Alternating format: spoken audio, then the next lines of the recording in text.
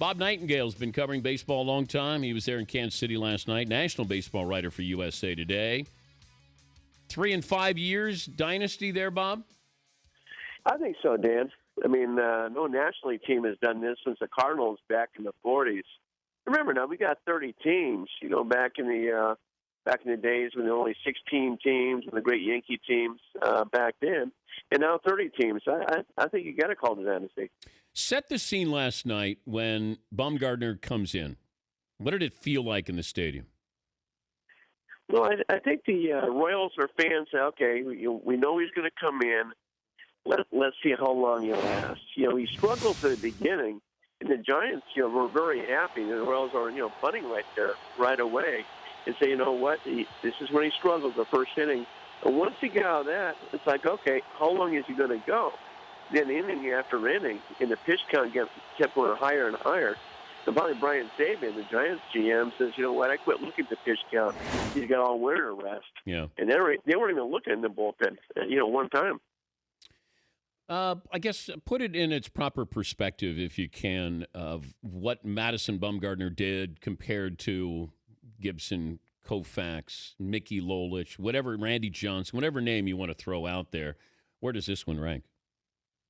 This is right there with anybody, probably going back, at least to Randy Johnson. I mean, Randy Johnson starts in Game 6, beats the Yankees, then comes back the very next day, to pitch some clutch innings relieved. But to go 5 innings, I mean, no one's done that in postseason history. There was a big debate after the game. Originally, he was credited with the win, and they changed it to a save. Like, okay, we'll give him the saves. He's got enough wins. Let's give the win to Affelt. But it's a mind-boggling what he's done. He's particularly, you think, he's got an 0.25 ERA for his career in the World Series. Nobody's done that. Is that the most dominating or effective World Series performance that we've ever seen in modern-day history?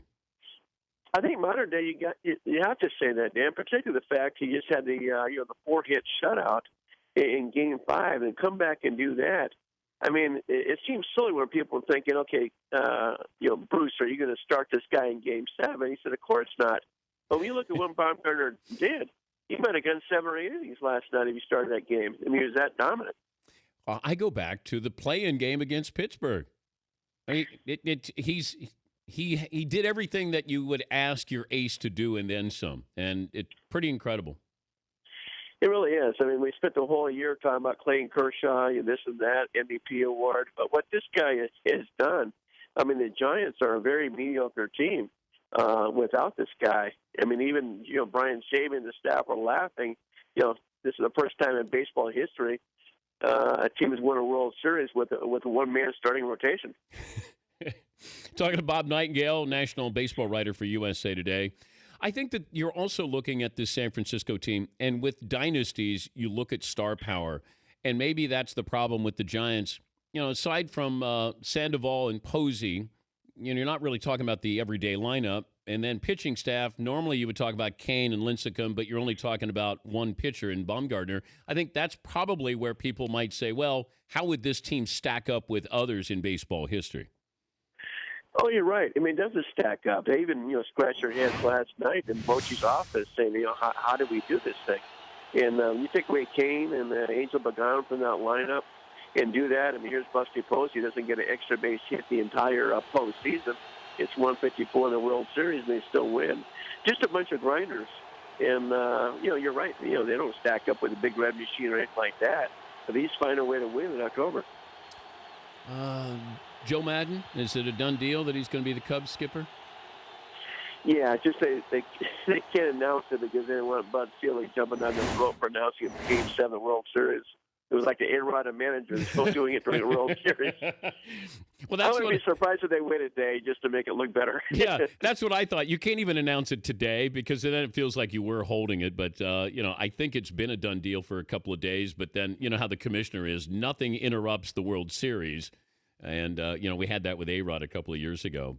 But this move, how big is this move with the talent they have? They finished last again last year. So what does Joe Madden do for the Cubs?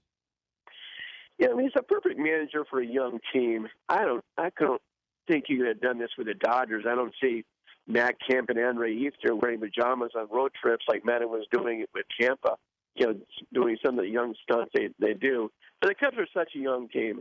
Now, I do feel bad for Rick Renneria. I mean, here's a guy who spent his whole life coaching, managing the minor leagues, finally got to the big leagues, finally gets his first big league job. And sorry, Joe Maddon's available. You're out. The most important off-season decision move will be made by who? What will it involve? Maybe the Yankees with A-Rod. That's going to get the most attention. What they do with him. I still think they hope that he flunks that physical and everybody goes home. Everybody goes home happy. A-Rod gets their money. Yankees get their money. That's what. I mean, now he's back with the Yankees. I mean, once they game ended last night, he's officially a Yankee again. Oh God. Hey, Bob, great to talk to you. Have a good off season. Safe travels home. All right, my pleasure. Thank you, Liz. All right, Bob Nightengale, USA Today, national baseball writer.